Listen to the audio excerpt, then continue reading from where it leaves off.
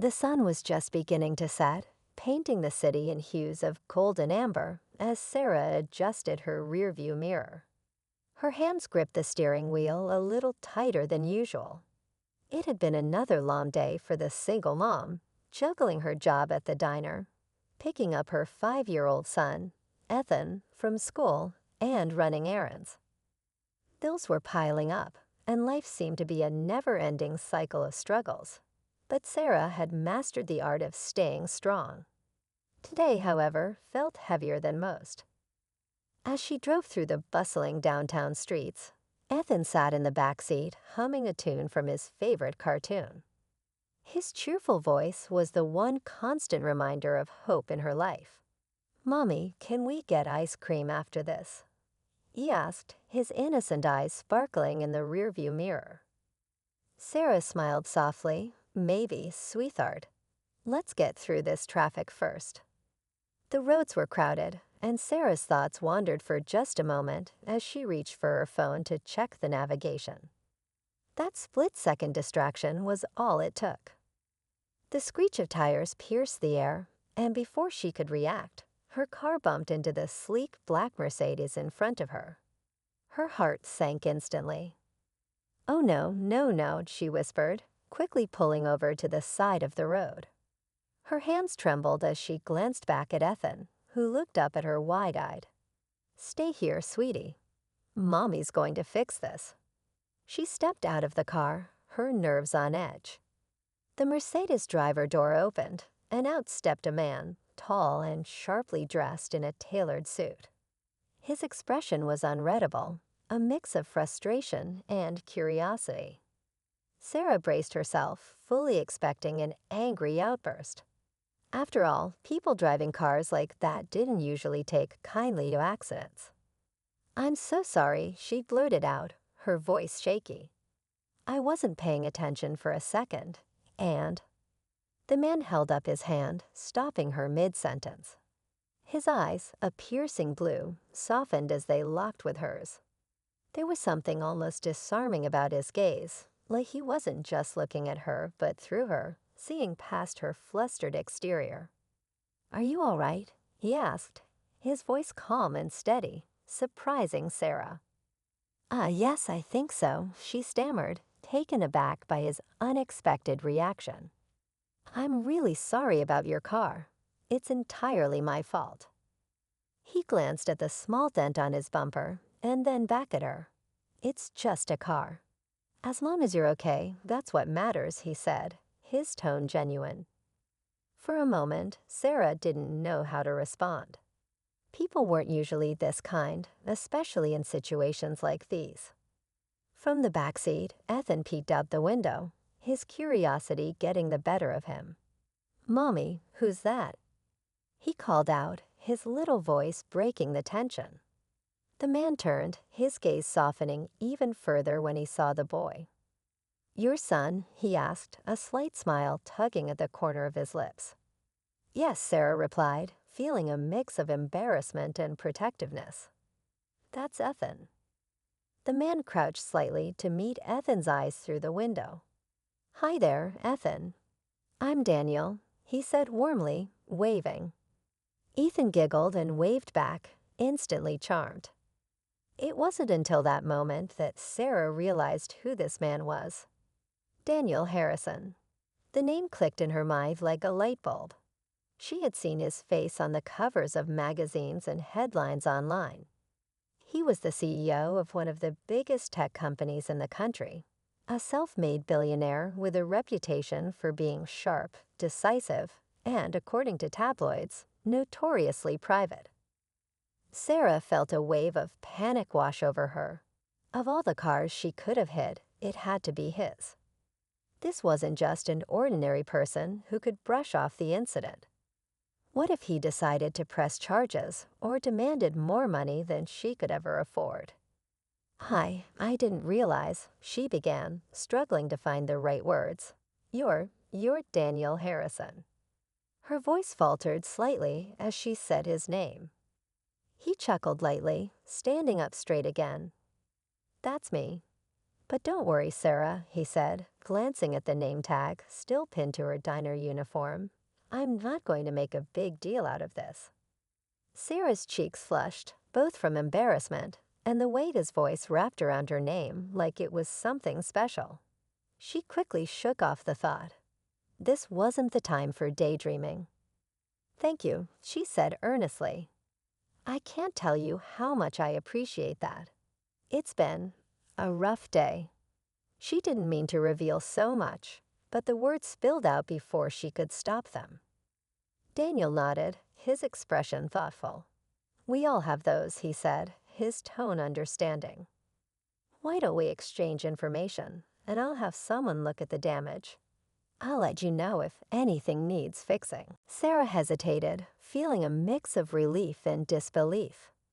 This man, who had every reason to be upset, was being more understanding than she could have ever imagined. Okay, she said, pulling out her phone. As they exchanged numbers, Sarah couldn't shake the feeling that this encounter was anything but ordinary. There was something about Daniel, something more than just his status or his looks. It was the way he carried himself, the way he spoke to her and Ethan, that left an impression she couldn't quite explain. Take care, Sarah, he said as he walked back to his car. But before getting in, he paused and turned around. And get that little guy his ice cream. My treat. He winked, a small smile playing on his lips, and with that, he was gone. Sarah stood there for a moment, still trying to process what had just happened. She glanced at Ethan, who was now beaming. Mommy, he's nice, he said, his excitement contagious. She smiled, ruffling his hair. Yeah, he is, she said softly, though her mind was racing. What were the chances of meeting someone like Daniel Harrison? And why did she feel like this wasn't the last time their paths would cross? Little did Sarah know, Daniel was sitting in his car, replaying the encounter in his mind. He couldn't quite put his finger on it, but there was something about her. Her genuine demeanor, her strength, and the way she put her son first, that had struck a chord deep within him. For the first time in a long time, he felt a spark of something he thought he'd lost. Curiosity, maybe even hope. As Sarah drove away with Ethan chattering happily in the backseat, she couldn't help but glance at her phone, where Daniel's number was now saved. She had no idea what the future held, but something told her that this was just the beginning of a story she couldn't have predicted. Sarah tried to shake off the surreal feeling of the day as she tucked Ethan into bed later that night. His face was lit up with excitement, still talking about the cool man they'd met. Mommy, do you think Mr. Daniel likes ice cream too? He asked innocently, his big eyes blinking up at her. She laughed softly, brushing a strand of hair from his forehead. Maybe he does. But we probably won't see him again, sweetheart, she said, trying to convince herself more than him. The truth was, her mind kept drifting back to Daniel Harrison, replaying their brief interaction. Something about him lingered, his kindness, his calmness. It felt like a moment plucked out of a dream, but she reminded herself that dreams weren't part of her reality. The next few days passed in their usual rhythm, though Sarah found herself glancing at her phone more often than she cared to admit. Each time, she told herself it was silly. Why would someone like Daniel Harrison have any reason to reach out to her? But then, one evening, as she finished cleaning up after her shift at the diner, her phone buzzed with a message from an unknown number. *Hi, Sarah. It's Daniel. Just wanted to check in and see how you and Ethan are doing *. Her heart skipped a beat. She read the message twice, then a third time, before typing back a cautious reply. We're doing well. Thank you for asking. How's your car, *? Within seconds, a reply came through. The car's fine. Nothing to worry about. I'm more interested in making sure you're okay, *. Sarah couldn't help but smile. His sincerity caught her off guard again, They exchanged a few more messages, his tone friendly and warm, making her feel oddly at ease. By the end of their conversation, Daniel had suggested meeting for coffee, just to talk, he said. When Sarah arrived at the small cafe they'd agreed on, she felt a mix of nerves and curiosity. Daniel was already there, waiting at a corner table. He stood as she approached, his presence commanding but his smile disarming. "I wasn't sure you'd come," he admitted as she sat down. "I almost didn't," she replied honestly, tucking a loose strand of hair behind her ear. "I'm not really used to all this." She gestured vaguely, unsure how to articulate the whirlwind of emotions she'd been feeling. "All this?" he asked, his tone light but his eyes probing. "You know, people like you talking to people like me," she said, half laughing but fully serious. Daniel leaned back in his chair, his expression thoughtful. "People like me," he repeated. "You mean CEOs in fancy cars? Or just people who haven't had to fight as hard as you clearly have?" Sarah blinked, caught off guard by his honesty. "I didn't mean it like that," she said quickly, but he held up a hand. "It's okay, I get it. But here's the thing. I've worked hard too. My path may look different, but it hasn't been easy." He paused, his gaze softening. "And I don't see you as just some woman who hit my car. You're strong, Sarah. You're doing everything for your son. And that's not something I see every day." His words hit a nerve she didn't know was exposed. For a moment, she didn't know how to respond. "Thank you," she said finally, her voice quieter. "That means a lot." Their conversation flowed easily after that, with Daniel asking about her life, her dreams, and the struggles she faced as a single mom. She found herself opening up in a way she hadn't expected, telling him about Ethan's love for drawing, her late-night worries about paying bills, and the dream she put on hold since becoming a mother. In turn, Daniel shared pieces of his own story, how he built his company from nothing, the sacrifices he'd made along the way, and the loneliness that often came with success. "People assume that money fixes everything," he said at one point, a hint of sadness in his voice. "But it doesn't. Not the things that really matter." By the end of their meeting, Sarah felt a connection with Daniel that went beyond the surface. He wasn't just a wealthy CEO. He was a man who understood struggle, even if his looked different from hers. As they parted ways, he slipped her a small envelope. "Just open it when you get home," he said with a smile. Later that night, after putting Ethan to bed, Sarah sat on the couch and opened the envelope. Inside was a note and a business card. The note read, "Asterisk, if you ever need anything, call me." "And I mean it, Sarah. You're not alone, asterisk." Tears filled her eyes as she held the card, overwhelmed by the unexpected kindness of someone she'd only just met. But alongside the gratitude was a twinge of fear. She didn't want to rely on anyone, especially not someone like Daniel. What if it all came crashing down? Over the next few weeks, Daniel became a surprising presence in her life. He would check in with texts and phone calls, often asking how Ethan was doing or if she needed help with anything.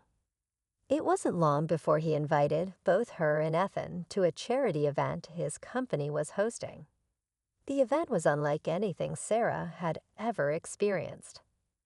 The grand ballroom, the elegant attire, the endless trays of food, it all felt like a different world. Ethan, however, seemed to fit right in, charming everyone he met, including Daniel. As Sarah watched Daniel kneel down to talk to Ethan about his favorite superheroes, she felt her heart stir in a way she hadn't allowed it to in years. But just as she began to imagine the possibilities of something more, a shadow fell over her thoughts. Standing across the room was a woman she recognized from the tabloids, Daniel's ex-fiancée, Victoria. Her sharp gaze was locked on Sarah, and it was clear she wasn't happy. Moments later, she approached Daniel, her voice carrying across the room. "So this is your latest project," she said coldly, her eyes flicking toward Sarah. Sarah froze, the words cutting deeper than she expected. Daniel's expression hardened, and he quickly stepped in to defuse the situation, but the damage was done. Sarah excused herself, her emotions a mix of embarrassment, anger, and self-doubt. As she stood outside the ballroom, the cool night air calming her, Daniel found her. "Don't listen to her," he said firmly. "She doesn't know you." "But she's not wrong, is she?" Sarah said, her voice trembling. "You're a CEO, Daniel, and I'm just a single mom who's barely holding it together." Daniel stepped closer, his eyes locking onto hers with an intensity that made her breath catch. "You're so much more than that," he said quietly. "And I wish you could see yourself the way I do." But Sarah couldn't respond. The weight of their differences felt too heavy, and she couldn't shake the feeling that she was out of her depth. She turned away, her heart aching as she walked into the night, leaving Daniel standing alone. The days after the charity event were quiet. Sarah avoided Daniel's calls and texts, unsure of how to navigate the whirlwind of emotions she felt. Her life had always been a delicate balance, and stepping into Daniel's world made her feel like a stranger in her own story. She told herself it was better this way, to focus on Ethan, her work, and the life she had built without relying on anyone else. But even as she tried to push him from her mind, the memory of his words lingered. One evening, after putting Ethan to bed, Sarah sat at the kitchen table, staring at Daniel's note. The words asterisk, "You're not alone," asterisk, stared back at her, both comforting and challenging.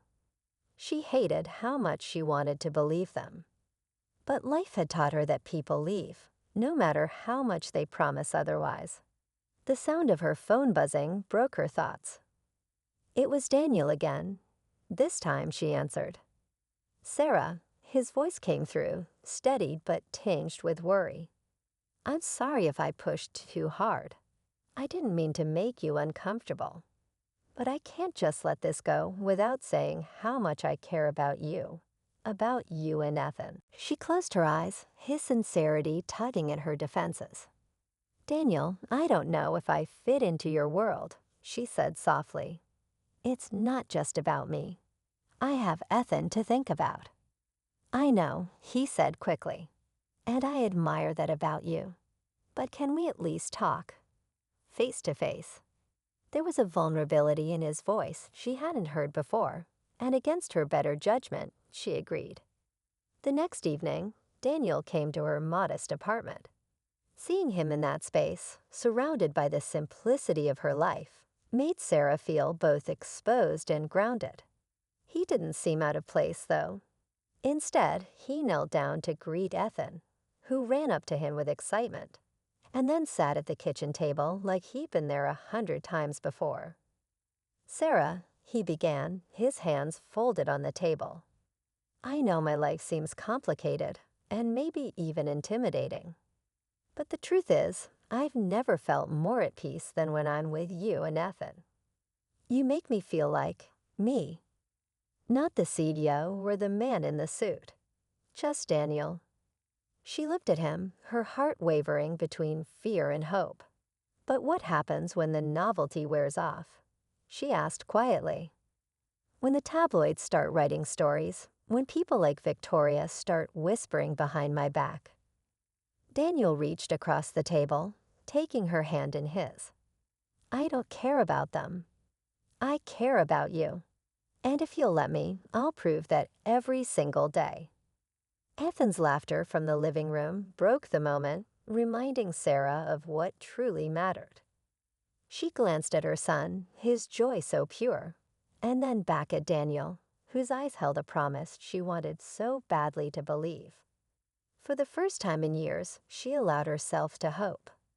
The weeks that followed weren't without challenges. Tabloids did catch wind of their relationship, and whispers followed them wherever they went. But Daniel stood by Sarah, shielding her from the noise while also teaching her how to stand tall in the face of it. He showed her that they were stronger together, that love could grow even in the unlikeliest of places. Ethan adored Daniel, and the bond they formed was undeniable. One evening, as the three of them played a board game on the living room floor, Ethan looked up and asked, "Mommy, can Daniel stay with us forever?" The question caught Sarah off guard, but before she could answer, Daniel spoke, his voice gentle. "That's up to your mom, buddy, but I like that very much." Sarah looked at them, the man who had unexpectedly walked into her life, and the son who had always been her anchor. Tears welled in her eyes, but this time they weren't from fear or doubt. They were from gratitude and a deep, growing love. Months later, as they walked through the park together, Sarah felt a sense of peace she hadn't known in years. Life wasn't perfect, and challenges still lay ahead. But for the first time, she believed they could face them together. Daniel squeezed her hand as Ethan ran ahead, chasing bubbles that floated in the breeze. "You know," Daniel said, his voice warm, "I used to think success was about building empires and making money. But now I realize it's about moments like this." Sarah smiled, leaning into him. "I used to think I had to do everything on my own. But maybe it's okay to let someone in." As the sun dipped below the horizon, painting the sky in soft hues of pink and orange, Sarah knew she had found something she never expected. A love that embraced her for who she was and a partner who was willing to share the weight of life's challenges. For the first time in a long time, she didn't feel alone. And that, she realized, was the greatest gift of all.